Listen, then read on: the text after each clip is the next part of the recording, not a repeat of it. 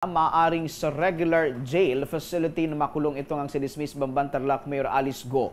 Ito'y makarang mag-issue na rin ng warrant of arrest ang Branch 109 ng Capas Tarlac.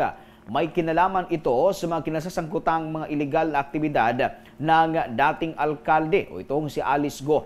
Maalalang si Alice ay iniuugnay nga sa mga illegal na aktibidad na umano'y ginagawa ng mga Philippine offshore gaming operators tulad yan ng human trafficking, illegal drug trade, prostitution, money laundering at iba pang mga illegal activities. Sa ngayon, hawak na ng Philippine National Police ang kopya ng warrant of arrest. Batay na rin yan sa naging pahayag ng Philippine National Police Chief PIO Acting Chief at spokesperson Colonel Jean Fajardo. Sa iba pang mga updates, ukol pa rin po dyan, bagaman kararating pa lamang po sa Pilipinas, ay kaliwaan na yung mga pagdinig na maaari pong harapin nitong si Alice Go. Isa po dyan ang Kamara, ang Senado at maging ang lokal na korte. Sa Senado, mga kabombo, dati na po itong may arrest order bago pa man ang kanyang ginawang pagtakas. Ang arrest order ay inilabas pa noon pong Hulyo at 13. Matapos ang kanyang bigong pagdalo sa mga pagdinig ng Senado, ukol huyan sa iligal na operasyon ng Philippine Offshore Gaming Operator doon sa kanyang bayan sa may Bamban sa probinsya po ng Tarlac. Ang naturang hearing sa ilalim po ng Senate Subcommittee on Justice and Human Rights, ang siya rin pong naunang naglabas sa lahat po ng kontrobersiya na umunoy kinakaharap at kinasangkutan nitong si Alice Go. Kasama dito ang kanyang citizenship, tunay na pagkakakilanlan, pamilya at umano'y koneksyon nito sa ilang mga illegal na aktibidad tulad po ng Philippine Offshore Gaming Operator at ito hong money laundering. Sa Kamara de Representantes naman, inimbitahan na rin ng makapangyarihang Quad Committee ang tinanggal na alkalde. Sa naging pagdinig nga po mga kabombo noon po nakalipas na araw ng Miyerkules, September 4, kung inyo pong magugulita o maaalala, sinabi nitong si Surigao del Norte 2nd District Representative Ace o Robert Ace Barbers na siya ring nagsisilbing chairman ng komite na kanilang iimbitahan itong si Alice upang magsilbi bilang isang resource person sa mga susunod pang mga pagdinig.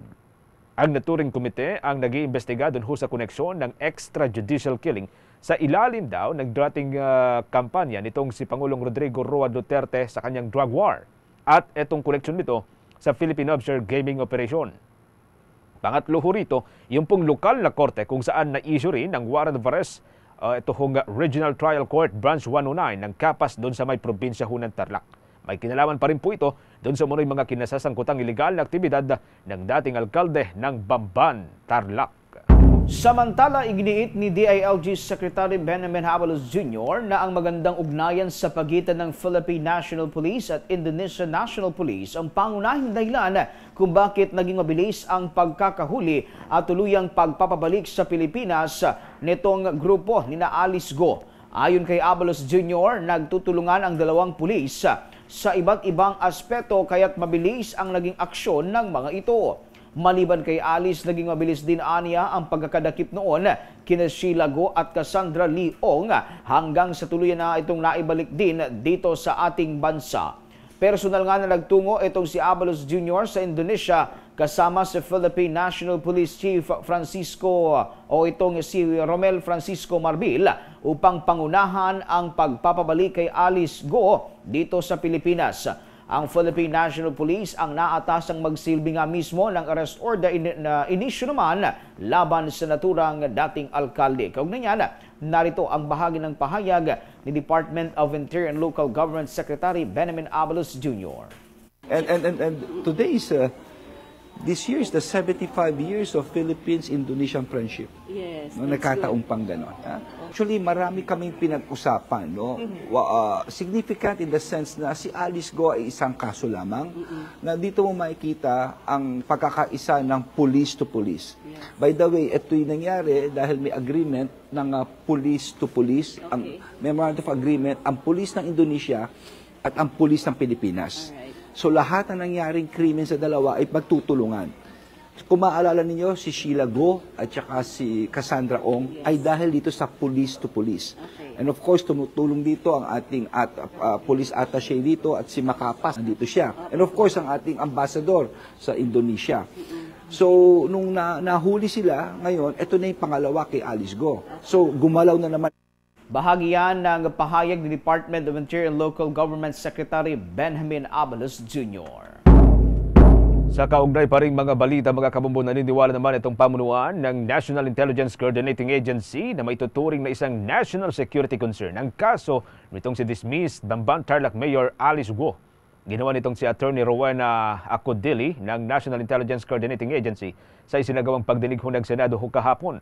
Paliwanag ho ni Acodili na ang mga kinakaharap na kaso nitong si Guo, kabilang na ang mga kasong illegal activities, issue ng kanyang citizenship at iba pa, ay isang banta sa seguridad ng Pilipinas. Aminado ang ahensya na Agosto 18 ng kasalukuyang taon lamang nila nabalitaan na nakalabas na pala ng bansa o ng Pilipinas itong si Alice Guo at ang kanyang mga kasamahan. Sa naturang panahon niya ay nanatiling unverified ang naturang impormasyon. Etong si Guo at tuluyan na pong nakabalik sa Pilipinas kanina pong madaling araw sa tulong na rin po mga kabombo ng mga Indonesian authorities.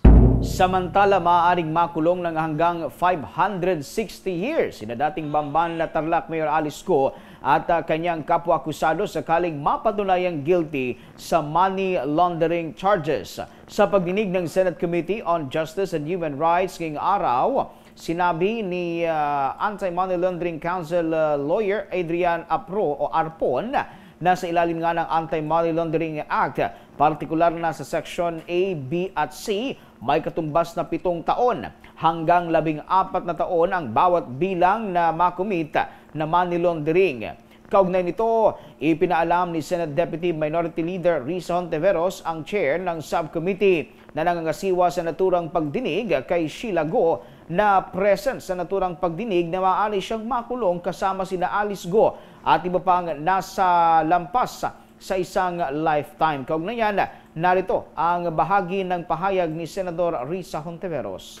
Lahat ng sinasabi namin sa inyo habang tumatakbo pa itong hearing na ito at magkonsulta ka sa abogado mo. Dahil yung sinabi ng AMLAC na posibleng i-sentensya sa inyo ay mula 609 years hanggang 1,218 years. Lampas-lampas sa lifetime ng isang tao. So isipin yung mabuti kung worth it na patuloy na hindi magsabi ng totoo. Samantala, matatandaan na una nang naghain nga ang AMLAC kasama ang Presidential Anti-Organized Crime Commission o PAOK ng 87 bilang ng money laundering charges laban kay Alice Guo, Sheila Guo, Cassandra Leong at 23 iba pang individual para sa kanilang pagkakasangkot umano sa operasyon ng sinalakay nga ng Philippine Offshore Gaming Operators na nadiskubre ng sangkot nga sa mga iligal na aktibidad. Oras natin, meron na ho tayong 22 minutes makalipas mga kabombo ang alas 7 ng umaga. Tuloy-tuloy pa rin po tayo sa ating mga balitaan at kakaugnay pa rin po mga balita. Nakahanda na rin umano na sumuko sa mga otoridad ito hong lalaking kapatid ni Alice Guo na si Wesley Guo. Ayon naman kay Attorney Stephen David, ang nagsisilbing legal counsel ni Alice Guo at Sheila Guo, nais na rin nitong si Wesley na sumuko sa mga otoridad matapos ang napaulat na pagtakas niya kasama etong sina Alice, Sheila at etong kanilang business partner, etong si Cassandra Leong. Gayunpaman, aminado rin itong si Attorney David na hindi niya alam kung nasaan ngayon etong si Wesley. Sa kabila po nito ay tiniyak naman ng abogado ang pakikipag-ugnayan niya sa mga otoridad para sa napipintong pagsuko ni Wesley. Ngunit piniling hindi muna idedetalye ang gagawing proseso. Una nang sinabi ni Attorney David na nakausap niya si Wesley at inihayag niya ang kagustuhang sumuko sa mga otoridad. Balikan po natin ang bahagi ng pahayag nitong si Attorney David. Detail, hindi ko masasabi. Bakit gusto na niya Siyempre, dumadating yung point ng isang tao yung nadi-discourage ka, di ba? Kasi yung makasama mo, nandyan na lahat, di ba? So, human being that we are, dumarating yung point ng kahinaan natin. Gusto natin pumarap.